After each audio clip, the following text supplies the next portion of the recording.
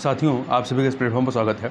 यहाँ पर हम लोग यूपी पीसीएस मेंस 2022 के लिए जो है कुछ महत्वपूर्ण टॉपिक्स को देख रहे हैं और ये जो टॉपिक लिए गए हैं ये क्रॉनिकल जो सितंबर 2022 की करंट अफेयर की मैगजीन है, इसमें कुल 100 टॉपिक दिए गए हैं जो कि आपके जीएस के जो 4 प्रश्न पत्र हैं उनसे संबंधित हैं। तो आज की वीडियो में हम लोग जीएस पेपर 1 संबंधित औद्योगिक अवस्थिति के संबंधित एक प्रश्न देखेंगे। जो प्रश्न है, आईटी उद्योग की अवस्थिति को प्रभावित करने वाले कारकों की चर्चा कीजिए। देखिए, उच्च कौशल आधारित सूचना प्रौद्योगिकी अर्थात आईटी उद्योग वर्तमान समय में अनेक सामाजिक आर्थिक विकास गतिविधियों में आधारिक भूमिका का निर्वहन कर रहा है।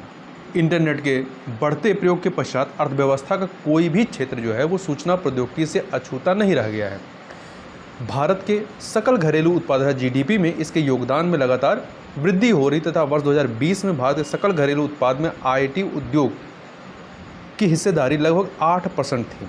सामान्य रूप से उद्योगों की अवस्थिति को कच्चे माल, ऊर्जा एवं बाजार की उपलब्धता तथा पूंजी एवं श्रमिकों की कुशलता जैसे कारक प्रभावित करते हैं। तो यहाँ पर देखें, आईटी उद्योग की अवस्थिति को प्रभावित करने वाले कारक कौन से हैं। तो इसमें पहला है ज्ञान आधारित क्रियाएं। जैसे आईटी उद्योग कौशल आधारित उद्योग है, अतः इस उद्योग की अवस्थिति सर्वाधिक रूप से ज्ञान आधारित क्रियाओं द्वारा प्रभावित होती है। तो जहाँ पर ज्ञान आधारित क्रियाएँ ज़्यादा होंगी वहाँ पर ऐसे आईटी सेक्टर इस्टेब्लिश ज़्यादा होंगे। दूसरा, श्रमिकों की कुशलता। आईटी उद्योग के संचालन हेतु अनवरत रूप से नवाचार तथा अद्यतन हेतु शोध गतिविधियां महत्वपूर्ण मानी जाती हैं। इस प्रकार उच्च कौशल प्राप्त श्रमिकों की उपलब्धता इस उद्योग को आकर्षित करती है। औद्योगिक समूहन। तीसरा, किसी आईटी आधारित यंत्र का निर्माण विशिष्ट सॉफ्टवेयर तथा हार्डवेयर के सम्मिलन के द्वारा किया जाता है। तो किसी भी क्षेत्र में आईटी हब के निर्माण हेतु समान आवश्यकता वाले उद्योगों का समूहन अत्यंत आवश्यक होता है, जहाँ पे मतलब विभिन्न प्रकार के सॉफ्टवेयर के और हार्डवेयर के इंडस्ट्रीज हों। यहाँ पर भारत में बात करें तो बेंगलुरु तथा अमेरिका की सिलिकॉन वैली इस प्रकार के आईटी हब के प्रमुख उदाहरण हैं।